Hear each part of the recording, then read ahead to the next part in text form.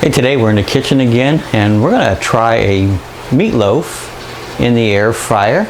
And so we're going to put this together. Again, I haven't done this one yet in the air fryer and see how it comes out. So follow along, we'll see what we come up with.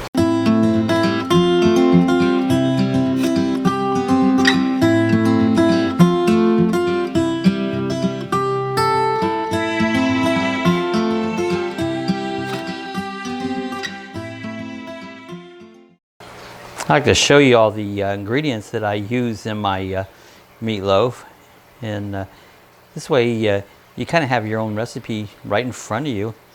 We have some Hunt's ketchup and some breadcrumbs. We've got some garlic. This is a crushed garlic.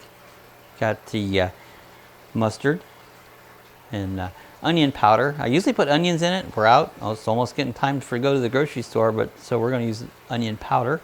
Some little bit of Lavalier seasoned salt, some pepper.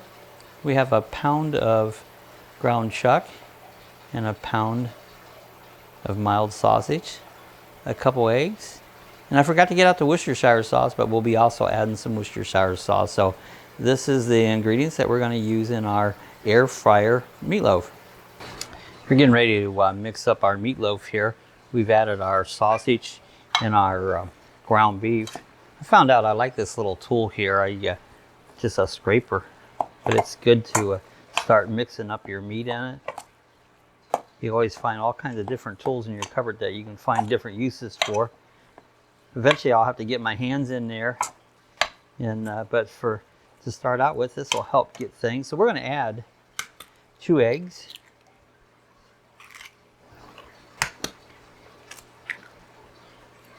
Let's go ahead and get a lot of our seasonings in here. We're going to put just about a cup of breadcrumbs. Now, I'm not measuring. I can guess pretty close to a cup. I'll put a little bit of ketchup in.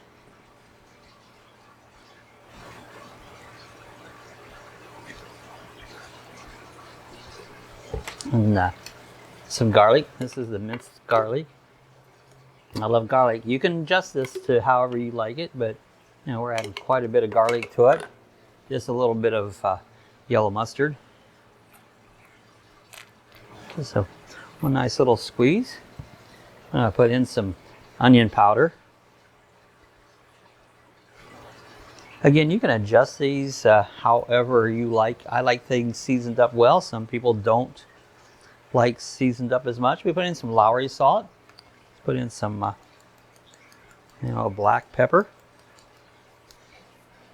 And we're going to add some Worcestershire sauce. Okay, a good teaspoon of that. Now we're going to start putting this together. I said I start using this here little scraper to start getting things put together. As I start to get it blend in there, we'll get our hands in there, and your hands do the best job there. Okay, let's go ahead and get started there with our hands.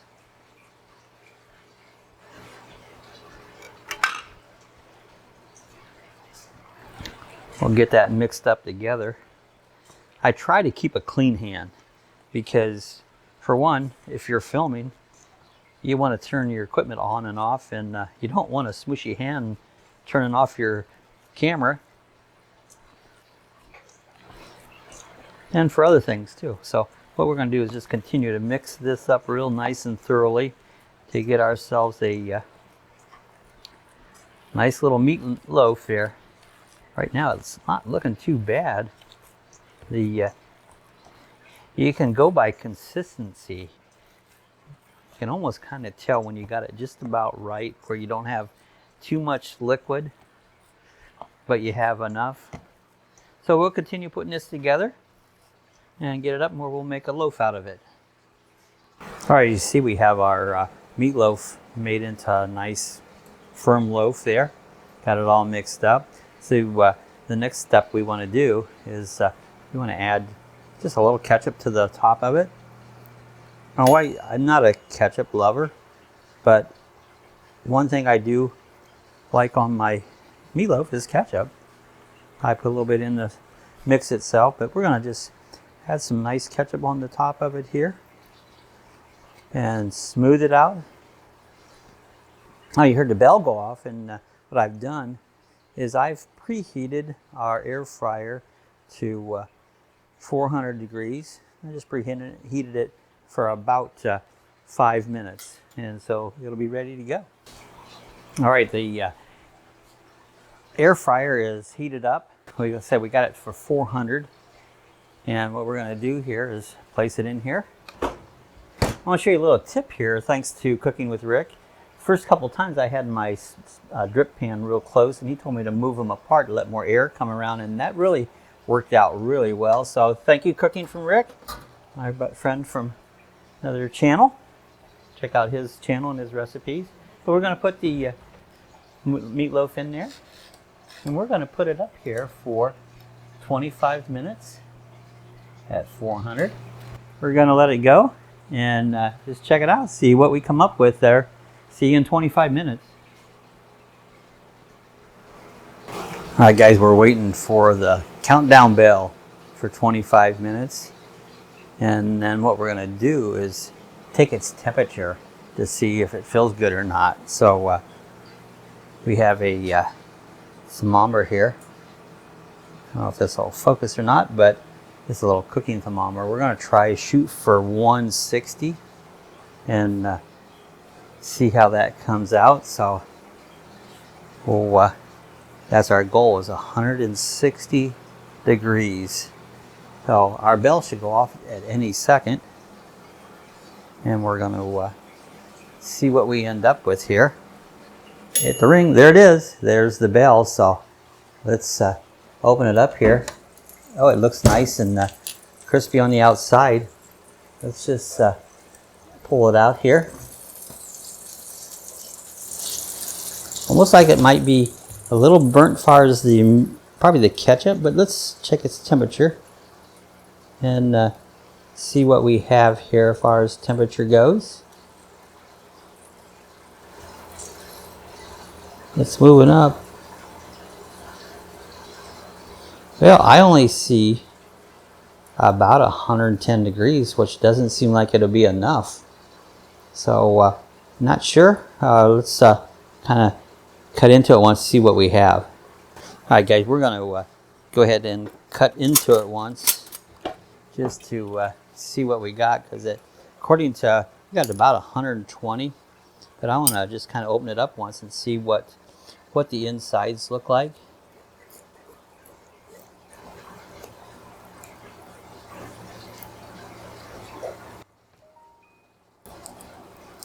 I think it needs to be done a little more. I think what we'll do is go ahead and maybe just put some foil over it and cook it a little longer. All right, guys, so what we're going to do here, I took it out of the pan. I'm going to flip it over and put it in some foil here.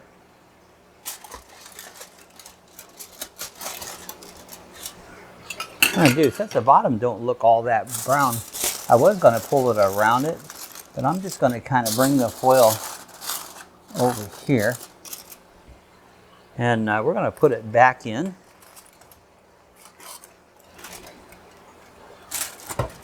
We're going to do like a 5-minute increment, and so we got to go past 20. So let's put it for another 5 minutes and see what we end up with. All right, we've went another 5 minutes. We're going to go ahead and pull it out. It should be done. See, this gives us a total of 35 minutes. See, now this side's all nice and browned up, real good. Let's go ahead and just kind of look in the center here once.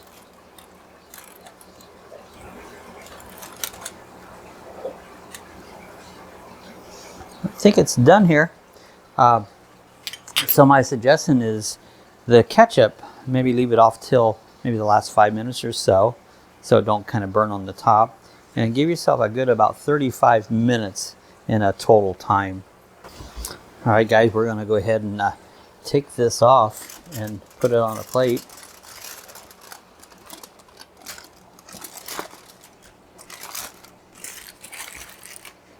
Easiest way to do that is just lift it off here and just kind of wrap this foil around. Now we're going to want to cut that up a little bit. Make some nice pieces. It looks like it's nice and done. It looks kind of dark on the outside.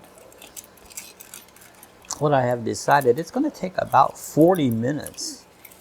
We originally started with 25, but it's really nice and done, almost to fall apart.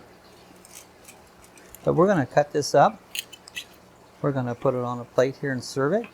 Now we didn't make nothing to go along with this today because we just decided not to.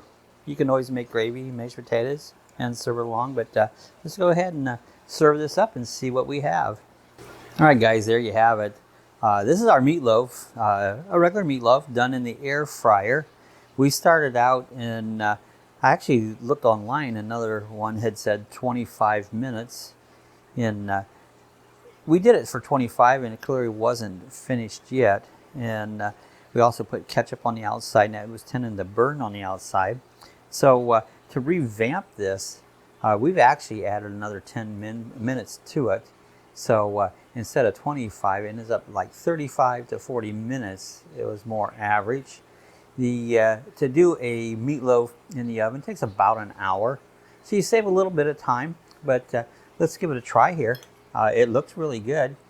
It's nice and juicy on the inside. Wow, the flavor's good. Basically, this came out pretty good. It took a little longer than what I thought, but I would try this. Give this a shot.